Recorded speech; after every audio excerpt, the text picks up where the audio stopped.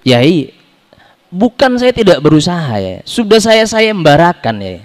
Sudah saya embarakan, sudah saya tawarkan kepada masyarakat di sini.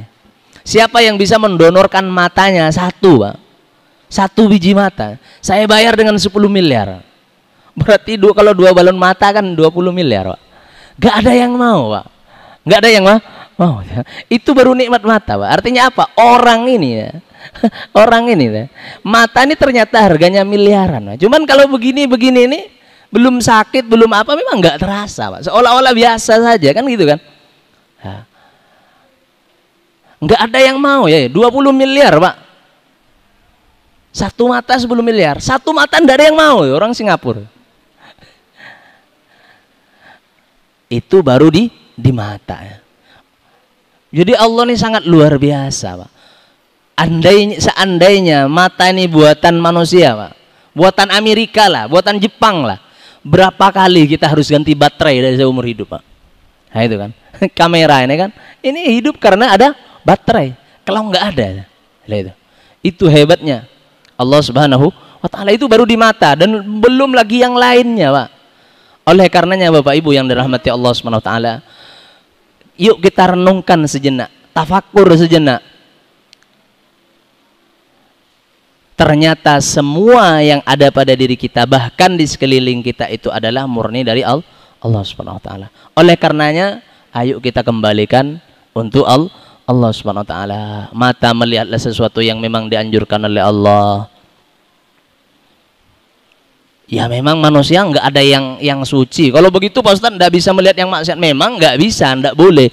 Cuman namanya manusia ini pastilah melakukan yang maksiat. Kembalikan lagi kepada Allah Subhanahu wa Ta'ala. Kembalikan diri kita kepada Allah, istighfar kepada Allah, banyak baca Quran, banyak zikir kepada Allah, tangan banyak memegang sesuatu yang dihalalkan oleh Allah, yang dianjurkan oleh Allah, kan gitu, Pak. Dan seterusnya. Sampean punya kesehatan, gunakan ke masjid, gunakan sholat jamaah. Rugi, Pak, sampean, rugi Bapak Ibu ya. Kalau rumah sudah dekat masjid, nggak datang ke masjid, rugi, Pak. Kalau orang rumahnya sudah dekat masjid, masjid, sehat dia, bisa dia ke masjid, tidak hadir ke masjid, rugi, Pak. Rugi besar dia, rugi besar.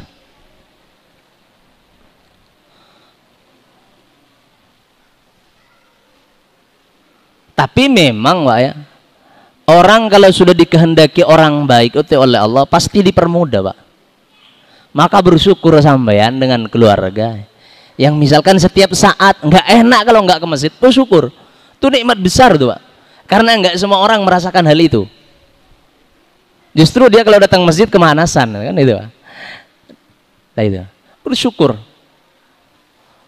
Bisa sholat jamaah, habis itu bisa melanjutkan majelis taklim, bersyukur kepada Allah Subhanahu wa Ta'ala. Nikmat yang luar biasa. Tidak semua orang mendapatkan nikmat itu. Jadi kata Allah dalam Al-Quran, Bapak Ibu ya, sebelum masuk ke kitabnya biar agak-agak connect sedikit. Wa ma khalaqtul jinna wal insa illa liya'budun. Tidaklah kami ciptakan jin dan manusia itu, Pak. Jin dan manusia. Illa liya'budun, melainkan untuk beribadah kepadaku, kata Allah Subhanahu wa Ta'ala. Jadi Allah menciptakan kita manusia itu bukan untuk sampean kaya berfoya-foya, enggak, Pak ya, enggak. Tapi bukan berarti enggak boleh kaya, bukan ya. Perlu dipahami, Allah menciptakan kita bukan untuk menjadi orang kaya, tapi bukan berarti enggak boleh kaya, bukan. Tapi tujuannya untuk beribadah kepada Allah. Artinya apa? Sampean kaya, gunakan kekayaan itu beribadah kepada Allah Subhanahu wa Ta'ala. Menjadi fasilitas bagaimana sampai nyaman beribadah kepada Allah Subhanahu wa Ta'ala. Sampean punya mobil bagus sampean, Pak. Rugi sampean kalau enggak sampean bawa ke masjid. Kan kadang-kadang masyarakat ini lucu, Pak. Kalau ke masjid dia bawa kendaraan yang buruk gitu. Giliran dia ke gor, ke pameran, kemana, ya kan, liburan, dia bawa mobil yang bagus. Rugi itu, Pak. Nanti hisapnya berat. Itu. Makanya saya maaf kalau saya diundang orang sekarang karena saya punya mobil, Pak. Mobil saya Pajero juga kan. Tapi 98 Kijang, Pak. Saya kalau diundang orang, biar ke Merancang kemana, mau dijemput Kak Ustaz, enggak usah, Pak. Kenapa? Saya punya mobil, takut nanti saya dihisap oleh Allah SWT. Kalau dihisap kan, sampean punya mobil, suruh datang ke majelis salim, sampean enggak mau, ya. Harus dijemput sampean. Kalau begitu kan berat hisapnya nanti. Jadi saya pakai, Pak. Rugi. Jadi nanti kalau sampean punya mobil bagus, sampean bawa ke masjid jadi saksi di hadapan Allah SWT. Kan beruntung sampean. Bukan berarti tidak boleh kaya ya. Justru kita jadilah orang kaya, tapi bagaimana kekayaan itu membawa kita nyaman beribadah kepada Allah Subhanahu wa taala. Karena kalau sudah kaya nih lebih enak, Pak ya. Mau sedekah nyaman kan gitu kan. Mau ke masjid naik mobil nyaman. Majelis taklim hujan jauh Masjid Al-Akbar misalnya Al-Isra, sampean di sini rumahnya. Datang sampean bawa mobil kan nyaman. Karena apa? Karena sampean orang kaya. Jadi Allah menciptakan jin manusia itu untuk beribadah kepada Allah SWT. Nah, setelah beribadah kepada Allah ini, Pak ya. Orang ibadah ini enggak sembarang ibadah, Pak ya. Maaf, enggak sembarang ibadah. Sampean datang ke masjid, orang sholat berdiri lama berdirinya, sampean ikut berdiri lama juga. Ruku lama juga rukuknya sampean. Kan itu kan? Karena jadi makmum. Tapi sampean enggak tahu, Pak. Enggak tahu yang membatalkan, enggak tahu ilmunya sholat tuh enggak ngerti sampean. Enggak ngerti. Itu khawatir, Pak ya. Khawatir saja. Khawatir sholat itu ditolak oleh Allah SWT.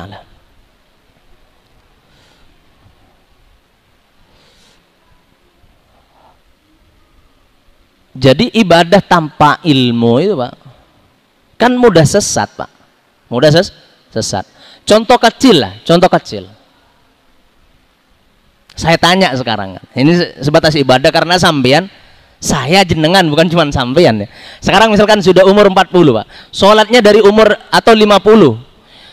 Dari umur 15 misalkan. Anggap dulu baliknya umur 15. Sampai umur 40 berarti kan sudah 25 tahun kita sholat, Pak. Misalkan begini. Ini tolong dijawab nanti ya. Salah enggak masalah ya. Enggak jadi masalah ya salah. Kalau betul alhamdulillah kan begitu kan. Seandainya imam tadi sholat maghrib nih, imam sholat maghrib, saat rokaat kedua kan giliran tahiyat awal itu, Pak, ya kan, giliran tahiyat awal, bukan giliran tahiyat akhir, pasti tahiyat awal kan, karena 3 rakaat. Naiklah si imam, lupa dia ndak baca tahiyat. Apa yang sampean harus lakukan? Apa kira-kira? Ikut. Sampean bilang subhanallah disuruh turun imam atau sampean ikut? Gimana? Kan ini banyak kasus begini, Pak. Mohon maaf, banyak kasus begini kan. Imam itu, Pak, berat jadi imam, Pak. Saya juga kan jadi imam. Ustadz nih berat jadi imam. Iya, sampean jadi makmum enak. Imam takbir Allahu Akbar, sampean Allahu Akbar, ndak mikir mau dapat 1 rakaat, 2 rakaat tahiyat awal, ndak mikir sampean itu. Imam salam ya salam sampean kan gitu, Pak. Tapi imam nih berat, salah ndak ya kan gitu, Pak. Sudah rakaat kedua kah, ketiga kan gitu, Pak. Nah, kira-kira sampean sekarang gimana yang sampean harus lakukan? Ikut imam atau sampean imam tegur, imam subhanallah misalkan, gimana kira-kira? Kira-kira gimana? Ikut ya. Kalau sampean jawabannya ikut berarti masih aman. Tapi ada yang orang nih bilang, ada, Pak, jamaah sebagian, saya pernah pengalaman. Jadi imam nih lanjut, Pak, ke atas, lupa, tegak sudah begini. Jadi kata si makmum, subhanallah, ya. Subhanallah. Enggak turun si imam itu, dipaksanya, Pak, subhanallah ya. Untung si makmum enggak ngomong. Tahiyat awal, Mam. Untung enggak bilang begitu, Pak. Jadi dipaksanya. Jadi kalau sudah imam terlanjur ke atas, sudah tegak ke atas begini, Pak. Tapi kalau masih serukuk begini ya, seukuran rukuk ya kan lebih cenderung ke duduk itu. Ya, masih begini lebih cenderung ke bawah, maka makmum boleh mengingatkan subhanallah, itu kan. Jadi turun. Kalau sudah imam nih lil qiyami aqrab, lebih dekat ke berdiri, apalagi sudah tegak begini, Nggak perlu, Pak. Nggak perlu. Karena apa? Tahiyat awal itu sunnah. Hukumnya sunnah tahiyat awal itu. Sedangkan berdiri ini termasuk rukun sholat, Pak, wajib. Dalam sholat kalau sudah terlanjur melakukan yang wajib, kemudian ada hal yang sunnah ditinggalkan sebelumnya, nggak boleh kembali, Pak. Itu konsep fikihnya. Nggak boleh kalau sudah terlanjur ke yang wajib, kemudian kembali untuk menyempurnakan sunnah, nggak usah. Itu fikih. Jadi itu contoh kecil. Jadi kalau imam itu paksa, seandainya di satu masjid dipaksanya subhanallah, akhirnya turun, Pak. Itu kata dalam fikih dijelaskan batalat sholatuhu, batal sholatnya, Pak. Karena apa? Dia sudah melakukan yang wajib, tapi dia kembali untuk melakukan yang sunnah. Sekarang kalau misalkan gini, ini kan contoh kecil sebelum masuk ke fikih. Seandainya imam nih galau misalnya, lupalah. Sujud dalam satu ruku, dalam satu rakaat kan dua, Pak. Ini enggak, sujudnya sekali. Allahu Akbar. Kata imam sujud, subhan rabbil a'la wa bihamdihi, subhan rabbil a'la wa bihamdihi, atau bagaimana lah bacaannya, kan macam-macam bacaannya. Akhirnya dia mikir dalam hatinya, perasaan saya sudah dua ya. Perasaan sudah dua, padahal sekali. Jadi bangkitlah dia ke atas. Allahu Akbar, tegak ke atas. Gimana makmum? Ikut apa tegur? Ikut tegak. Ikut tegak juga. Nah, ini sudah berarti. Jadi kalau yang ditinggalkan yang wajib, Pak, ya, imam wajib ditegur. Maksudnya imam nih subhanallah, jangan ikut makmum, nggak boleh ikut. Karena apa? Imam meninggalkan yang wajib. Sujud kan wajib, Pak. Ternyata imam galau, dimarahin istrinya, apakah misalkan atau bagaimana? Imam sujudnya sekali. Allahu Akbar. Giliran Rabbi ghfirli warhamni wajburni, ini enggak, ke atas tembus. Saat. Nah, maka makmum mengingatkan subhanallah, subhanallah. Itu, Pak. Maka imam harus paham kenapa makmum ini ya, misalkan dalam hati ya, tidak perlu diumungin. Kalau dia diulafatkan ya batal sholat ya. Oh, berarti ada yang salah. Pas diingat, oh sujud saya sekali, kembali dia, Pak. Kembali baru sujud. Nah itu. Takut kan? Kan takut kejadian. Karena saya juga imam, Pak. Kalau imam tuh berat, Pak, sampean jadi makmum enak loh. Saya yakin sampean tuh mungkin di antara jamaah ini bukan suudzon ya. Karena saya pernah jadi makmum. Kalau jadi makmum tuh aman pokoknya. Mau sholat, pokoknya ikut imam ya. Kadang-kadang yang di depan nggak tahu kalau imamnya salah, kan gitu. Kadang-kadang nggak tahu kalau imamnya salah. Imam salam ya salam. Itu, Pak ya. Jadi fikih itu. Jadi nanti itu perlu dipelajari, Pak, tentang ibadah. Karena apa? Biar ibadahnya nggak menjadi ibadah yang fasidah ya, ibadah yang rusak. Tapi kalau memang seandainya nggak tahu, Pak Ustadz, ya namanya orang nggak tahu, nggak masalah, Pak ya. Kalau sekarang kan sudah tahu. Jadi kalau ada kasus begitu, sampai harus diamalkan. Jadi Bapak Ibu yang dirahmati Allah Subhanahu Wa Taala, kembali ke kitab Taqiratus Sadidah ya. Sedikit saya ingin sampaikan bahwa di permulaan ini disampaikan bahwa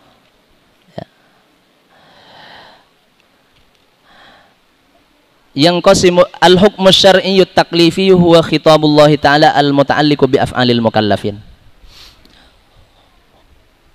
Hukum syariat itu, Pak ya. Hukum syariat taklifi namanya. Itu ada 5. Maksudnya hukum syariat taklifi ini gimana? Hukum syariat yang dari Allah yang dibebankan kepada kita manusia yang sudah mukallaf, Pak. Hukum Allah yang dibebankan kepada kita manusia yang sudah mukallaf. Mukallaf itu kira-kira kalau sampean paham kan, tidak saya jelaskan. Mukallaf itu apa kira-kira, Pak? Ini kan kajian kan. Mukallaf apa itu kira-kira? Mukallaf itu ya balighun akilun. Sudah baligh dan juga punya akal. Itu syaratnya 2 ya. Balighun akilun. Baligh dan punya akal. Oke, yang kedua kita semua sudah sempurna, akal punya. Maksudnya akalnya akal sempurna, selamat, ndak miring, ndak gila, ndak sinting, ndak. Ya, akal. Yang pertama nih yang agak mungkin masih belum ada sebagian yang belum paham. Baliu itu seperti apa baliu? Ya kan gitu, Pak. Baliu ini seperti apa? Syaratnya mukallaf harus baliu dan akil. Akil oke lah, kita semua punya akal yang selamat, sehat. Yang pertama nih baliu. Baliu ini adalah ciri-cirinya orang baliu. Karena kalau orang sini bilang balik kan itu kan. Sudah balik ini Pak Ustadz. Nah, itu kan. Padahal bahasa Arabnya itu baliu.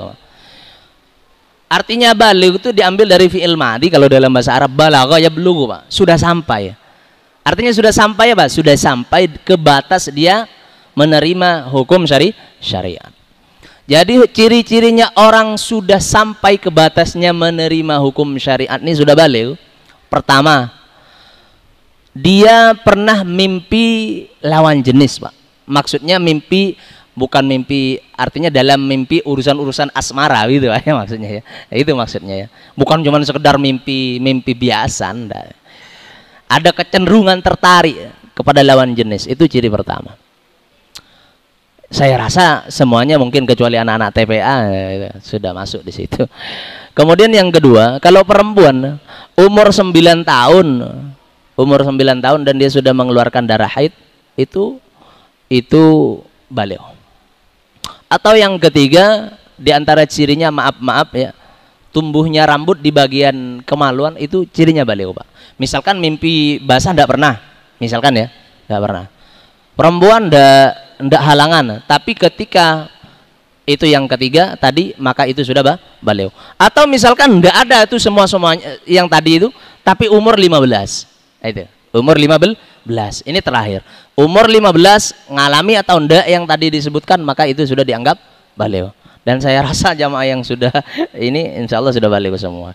Berarti sudah disebut mukallaf. Maka ketika orang itu sudah mukallaf, Pak, dapat beban 5 hukum. Ini dapat beban 5 hukum syariat taklifi namanya. Apa yang pertama? Wajib. Hukum wajib. Kira-kira selama ini kita kan tahu, Pak, hukum sholat itu wajib.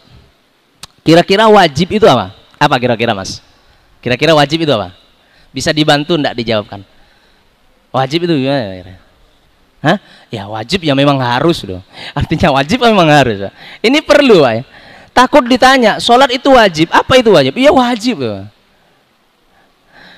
Wajib itu ada yang mengatakan, bukan ada yang mengatakan. Di sini disebutkan bahwa ya,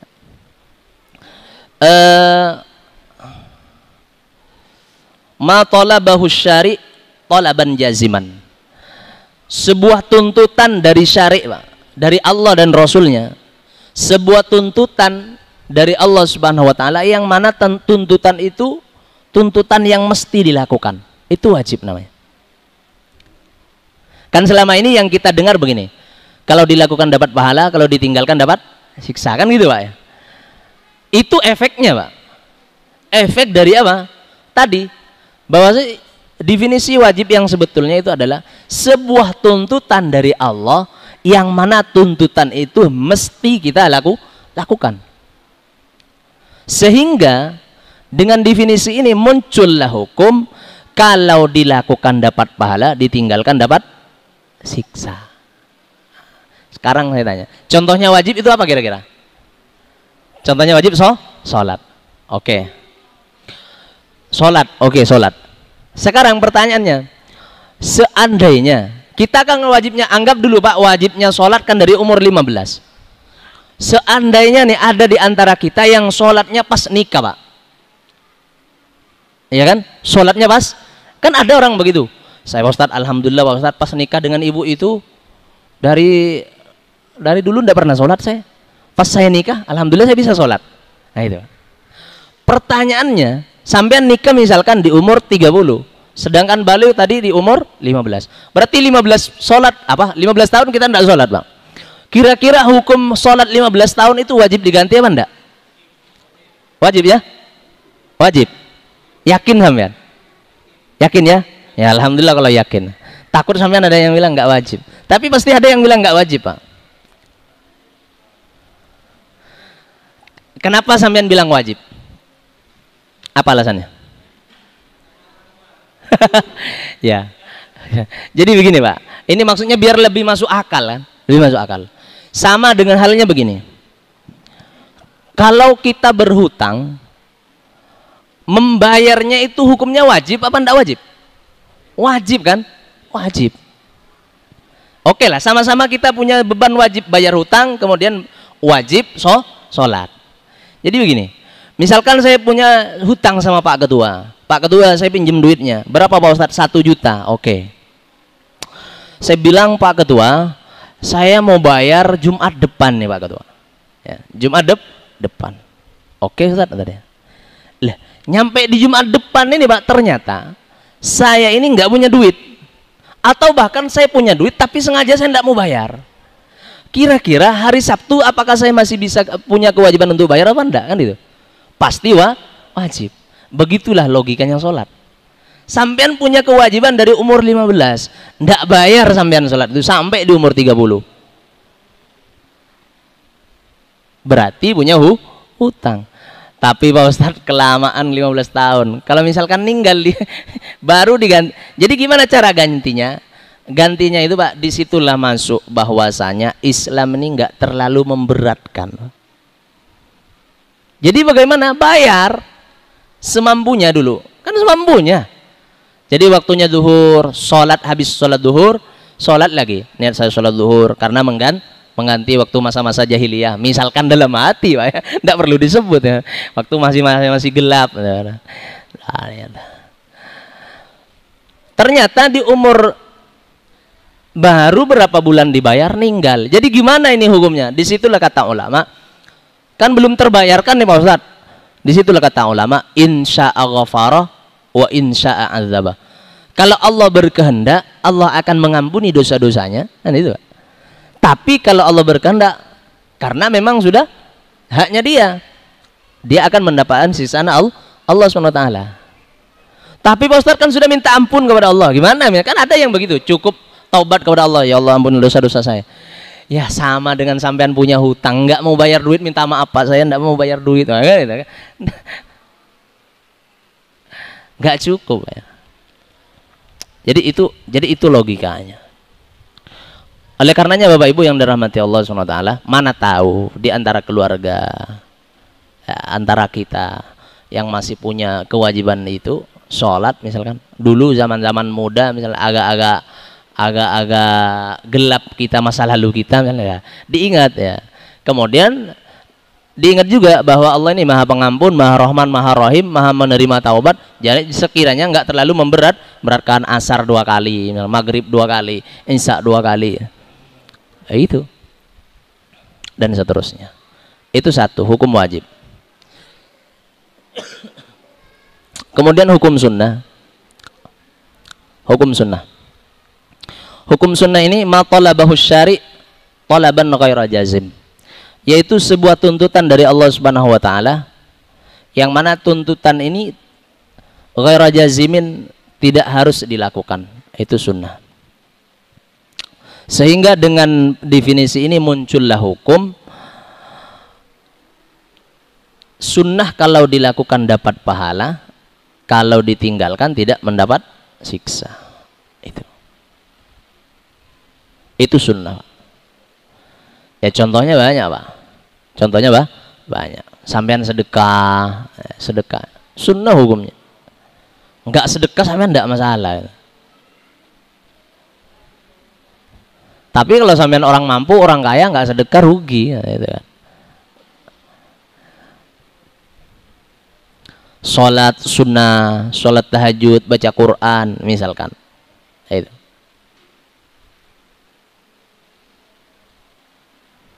Dan lain sebagainya, banyak pekerjaan sunnah itu. Kemudian yang ketiga, hukum haram, hukum haram. Apa haram ini? Ma talabahu syari', ma nahahu syari', yaitu sebuah larangan dari Allah Subhanahu wa taala, yang mana larangan ini nahyan jaziman, yaitu larangan yang mesti kita tinggalkan. Kalau wajib, tuntutan yang mesti kita lakukan, tapi kalau haram, larangan yang mesti kita tinggalkan. Sehingga dari definisi ini muncullah hukum bahwa siapa orang yang melakukan haram itu berdosa, yang meninggalkan haram dapat pahala. Makanya sampean itu ada ketika kita seperti saat ini, Pak, bahkan tidak ibadah sampean itu, kata ulama ini, di samping rumah ada karaoke misalkan ya, tapi sampean tidak zikir, tidak apa, tapi sampean diam di rumah meninggalkan maksiat, itu dapat pahala, Pak. Apalagi kita berzikir, apalagi kita baca Quran. Diamnya kita tidak melakukan maksiat itu dapat pahala, Pak. Kok bisa? Ya itu definisi haram. Kalau kita melakukan haram dapat dosa, ketika kita meninggalkan haram dapat pahala. Jadi kalau kita orang Islam nih mau sebetulnya pahala banyak, Pak. Pahala banyak.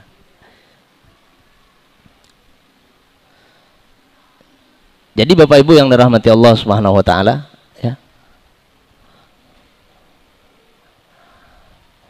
Kembali ke tadi yang awal, di mana ada kesempatan kita bermajelis, ya, bermajelis, tuntutlah ilmu itu. Datang sampean. Datang.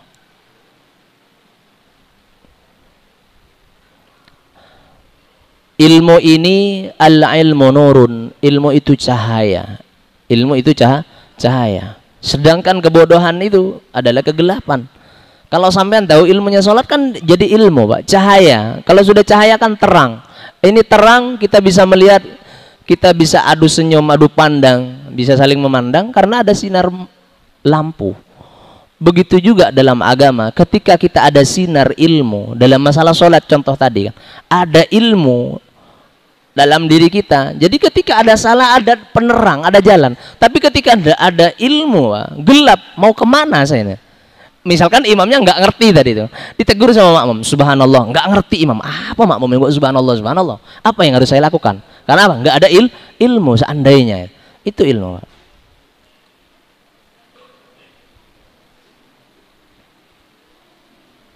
Jadi ilmu itu cahaya. Dan ketika kita datang ke majelis ilmu ini bukan tidak ada manfaatnya, ya. Orang terhebat, Pak, yang sampai sekarang kitabnya kita pakai dan dikenang sepanjang masa, itu Imam Asy-Syafi'i. Itu kata ulama dalam kisahnya. Aduh, 3 menit lagi. Selesai 3 menit. Isa. Jadi Imam Syafi'i ini, Pak, sampean kalau ingin punya anak ini sedikit ya, apa namanya, ilmu bagi kita. Imam Syafi'i ini terkenal cerdas, hafalan Qur'annya luar biasa. Jadi kalau Imam Syafi'i ini, Imam Syafi'i kalau baca kitab begini, sebelahnya harus ditutup. Ini dalam anak-anak kita. Kenapa? Kalau nggak ditutup masuk semua dia, Pak. Hafal semua. Kalau kita kan tidak mau hafal setengah mati kan, gitu kan? Ini lihat aja, lengket dia. Imam Syafi'i. Jadi ditutup, kita tahu lah, tutup. Jadi dibaca. Kalau enggak begini masuk semua. Itu dia. Imam Syafi'i. Apa di antara rahasianya? Karena kalau Al-Quran 4 tahun, 5 tahun gitu kan, umur 7 tahun, hafal kita pokoknya yang balik. Kalau kita umur 4 tahun belum bisa baca Quran, umur 40 banyak yang salah baca Quran, gitu. Jadi maksudnya, apa di antara kehebatannya? Orang tuanya. Orang tuanya itu kalau ada majelis, di antara salah satu caranya, kalau ada majelis, dia itu selalu terdepan. Maksudnya terdepan paling semangat. Itu yang bapaknya Imam Syafi'i, Pak Idris itu. Pak Idris, kan Idris kan? Pak Idris. Pernah tahu di sini ada yang namanya Pak Idris. Jadi anaknya kalau masuk sini dia ada. Jadi kata orang, Imam Syafi'i kalau ada majelis sudah pengajian. Ayahnya Imam Syafi'i. Kalau di sini ada orang hafal Quran, bapaknya, anaknya, apa namanya, anak dia itu wajar, karena bapaknya dia kiai. Kalau ada anak jadi ustaz, bapaknya ustaz, ya wajar. Tapi ini Imam Syafi'i waktu zaman itu, kira-kira Imam Syafi'i ini mondok di mana? Kan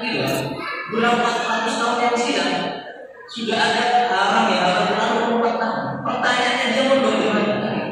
Kalau sekarang kan banyak berdoa Al-Quran atau sholat atau di mana ya.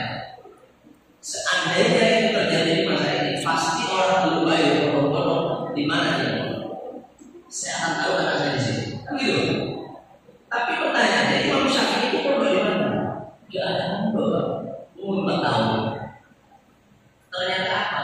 Karena kesucian orang tua. Orang tuanya bukan orang biasa, orang biasa. Kayak saya jenengan, tapi makomnya mungkin beda. Di antara amalannya itu Bapak Ibu, kata ulama, beliau itu kalau ada majelis, di mana ada majelis dia hadir terus. Terdepan dia. Maksudnya terdepan paling semangat. Lah itu. Kalau kita kan enggak kadang-kadang. Mohon maaf. Pengajian harus dipaksa. Kadang-kadang ya maaf kan gitu. Kadang-kadang kita datang ke pengajian karena nggak enak tetangga, karena nggak enak kerabat diundang misalkan. Tapi mudah-mudahan yang hadir sekarang karena hati memang kan, karena memang niat dalam hati. Sehingga ngefek ke anak cucu kita, Pak. Kalau kita ndak mendapatkan, bukan ndak merasakan efeknya majelis ini, Pak. Mudah-mudahan anak. Kalau bukan anak, mudah-mudahan cucu dan seterusnya. Ya. Amin ya robbal alamin. Mungkin itu yang dapat saya sampaikan ya. Mudah-mudahan manfaat barokah. Waktunya sudah masuk ya, sudah insya. Takutnya kalau kelamaan kan takutnya nanti pas diundang lagi sama pengurus Masjid Baitul Ma'mur, malam ini pengajian bulanan. Apa lama ustadznya, nggak usah lah kan gitu Pak. Jadi pas-pas aja kan waktu isya berhenti. Nanti berikutnya ustadznya kan enak. Jadi Bapak Ibu yang dirahmati Allah Subhanahu wa taala, benarnya dari Allah Subhanahu wa taala, salahnya dari saya pribadi mohon dimaafkan ya. Hadanallahu wa iyyakum ajma'in. Assalamualaikum warahmatullahi